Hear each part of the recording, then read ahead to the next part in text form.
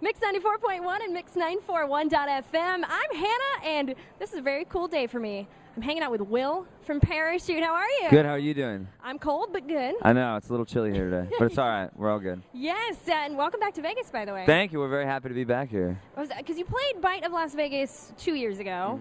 Have you been back since then? I have not personally. We played Bite of Las Vegas. That was my last trip here. I won a ton of money playing craps. I forget. I don't even remember where we were. That's all I can remember about that trip. So Bite of Las Vegas, then I won a ton of money, and then I decided to call it a day because you can't beat either of those. Yeah, you'd said in that interview you just learned to play craps. Yeah, too. it was something that we had. Yeah, it was kind of. I forget who taught it to us. It's actually a Chinese businessman. He didn't speak English, but he showed us how to play. And then we learned and did very well at it right after we talked to you guys there. So It was a good thing to learn. So do you still have all those skills? You ready to use them again? Absolutely. Tonight, even if I'm the only one who has to go, I will be there by myself playing tonight. So it'll be fun. Hey, big money. Here you go. Exactly. The guys will be sorry. Oh, yeah. So let's talk new album. Yes. So it's coming out, what, April 12th? April 12th, the new album's called The Way It Was. We worked on it all summer with a guy named John Fields. He did everybody from Switchfoot to the Jonas Brothers to everybody in between. He's an amazing producer. So we worked with him July and August, and then came back in December and wrapped it up. And yeah, we're really excited that it's coming out, and couldn't be more proud of it. Is this album different from the first one? I'd say it's a growth. I know one of my least favorite things that people say is they're always like, we've grown up on this one. I just think it's big, it's ambitious, but it's still our sound. So I think we have a much more defined sense of what we were trying to do with this record. And we love the first record, Losing Sleep. So we're very proud of that one too. But this one was just kind of a natural progression from where we were to where we are now. How do you mean it's ambitious? It's big. Everybody I played it for just said it's bigger. It's, our ambitions are high, and I think that the sound is just a bigger sound. So it's funny, we used less instruments this time, and it came out much bigger. So I don't know how that works. Yeah, I was going to ask. But it did. How does that work out? It definitely did. And it's just the sound that's bigger, the ideas are bigger, and, it's still accessible without trying to be too grandiose.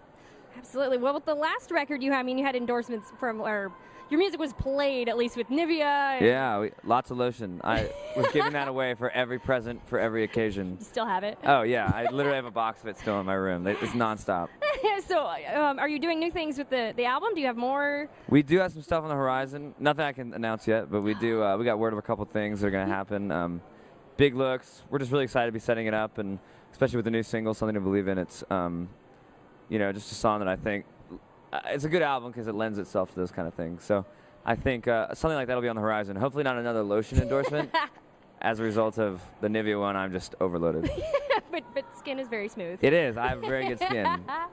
So speaking of your single, when I listen to it makes me want to go to church. Oh, well, there you go. What is it for you? That song was, I'd actually kind of forgotten about that song. It was the first song I wrote after Losing Sleep came out. And our bass player almost resurrected it, and he's like, we got to play this song. So we practiced it, tried it, and once we started playing with the band, it started to become something very special. And I think it was pretty apparent once we got the gospel choir on it from Los Angeles, and just kind of the sound got so big, and we all kept on coming to each other being like, I can't stop listening to that song. And people at our label did too, and it just kind of fell into place. It was never meant to be the first single, but it kind of became that way. Just worked. Yeah, and it worked out well. It's a song that I think, a lot of people relate to, and it's something that speaks to people in a very, hopefully, inspiring way. So.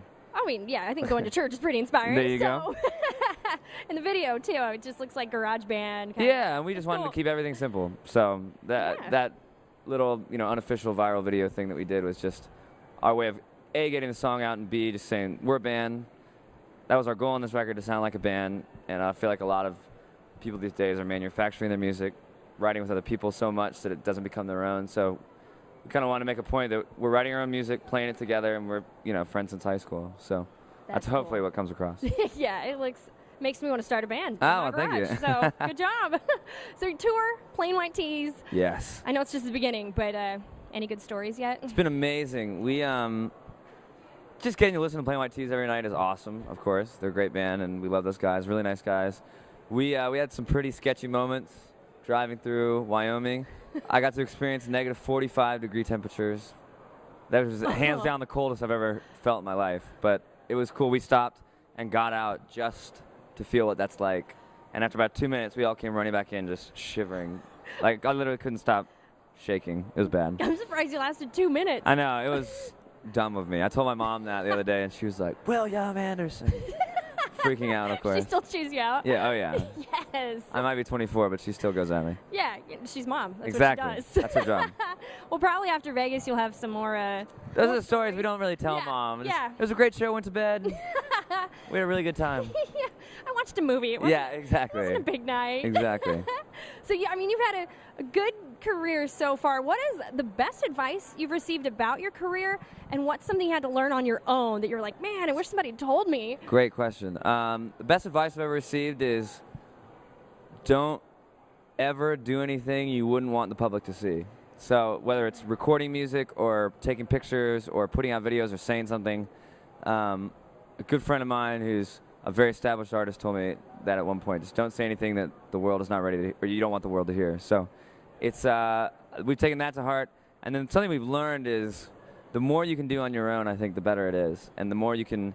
And I think people see that too. So what we've learned over the years is the more, insulated and just coming from those people in the band or the artist or whoever it is, I think the better it comes off, and I think the public appreciates it more.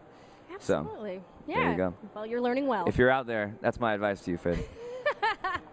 Good advice. Wise words.